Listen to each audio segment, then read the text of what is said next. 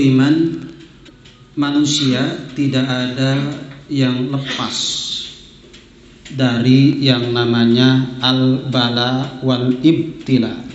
Bala bahasa Arab, muradif dengan ibtila artinya ujian. Merujuk kepada Al-A'raf ayat 168, Allah tegaskan wa balawnahum bil hasanat was sayyiat la'allahum yarji'un.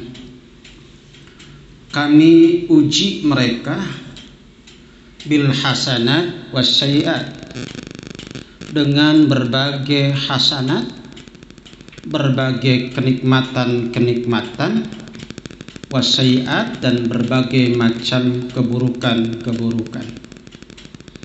Maka para ulama memberikan ketegasan yang namanya al-bala adalah al-minhah wal mihnah alal mu'min bil hasanat was sayyiat. Yang namanya bala atau ujian adalah al-minhah wal mihnah, ujian dari Allah, baik ujian kesenangan minhah atau ujian yang buruk mihnah, yang diberikan kepada orang yang beriman untuk dapat diketahui Allah ingin tahu bagaimana suara hatinya ketika Allah menguji dengan dua hal itu. Rasulullah menyampaikan bahwa setiap manusia yang diuji, terutama orang muslim atau orang mukmin, semuanya menjadi ladang kebaikan jika disikapi dengan sikap yang positif.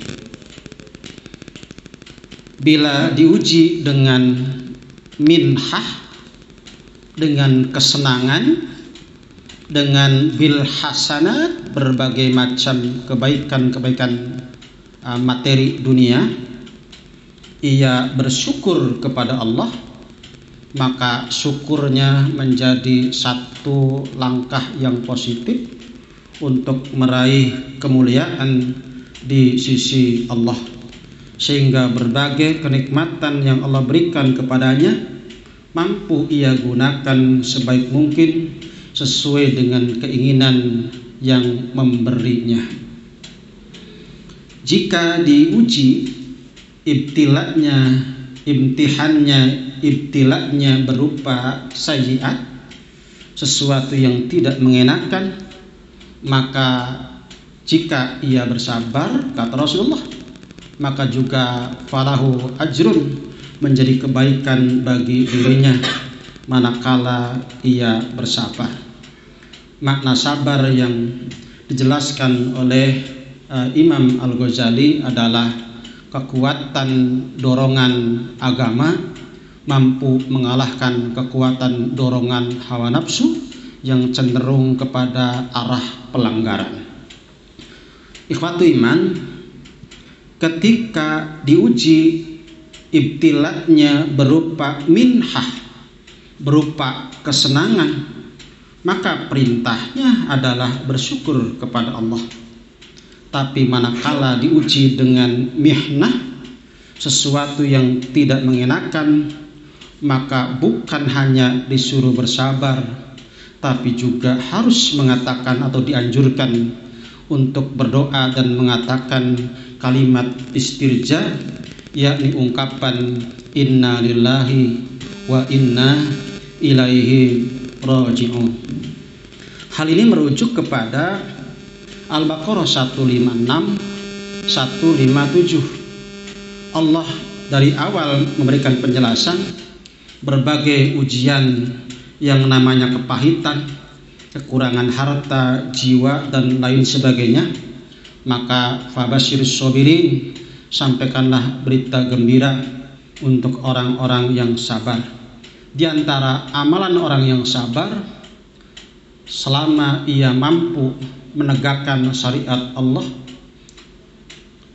mampu kesabaran dalam ketaatan kepada Allah, dan ia pun menyampaikan ungkapan tauhidnya dibarengi dengan doanya dengan ungkapan inna lillahi wa inna ilaihi raji'un.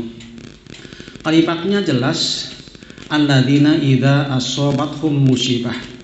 Maka para ulama ahli tafsir memberikan penjelasan musibah itu apa, sehingga jangan dipahami bahwa orang yang makan enak musibah, orang yang sehat musibah, orang yang naik pangkat padahal dia senang naik pangkat musibah, orang yang punya atau dapatkan rezeki musibah. Maka perlu diluruskan musibah itu apa.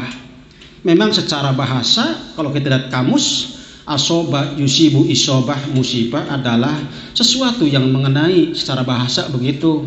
Tetapi lain halnya jika dipahami musibah menurut syariat agama kita itu apa, atau takrif dari musibah itu apa, merujuk kepada dalil baik Quran ataupun sunnah, bahkan penjelasan para ulama sebagai pembanding untuk kita pelajari takrif yang mereka buat berdasarkan dalil atau tidak.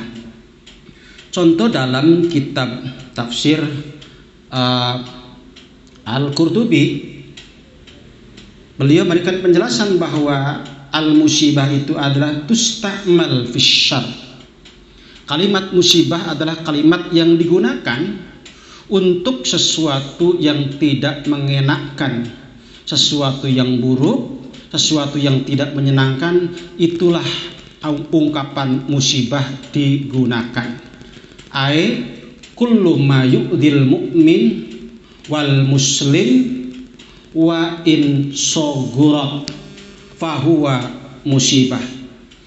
Yakni musibah adalah perkara apa saja yang menimpa kepada orang mukmin dan muslim yang tidak mengenakkan. Wa in sogurat, walaupun musibahnya kecil.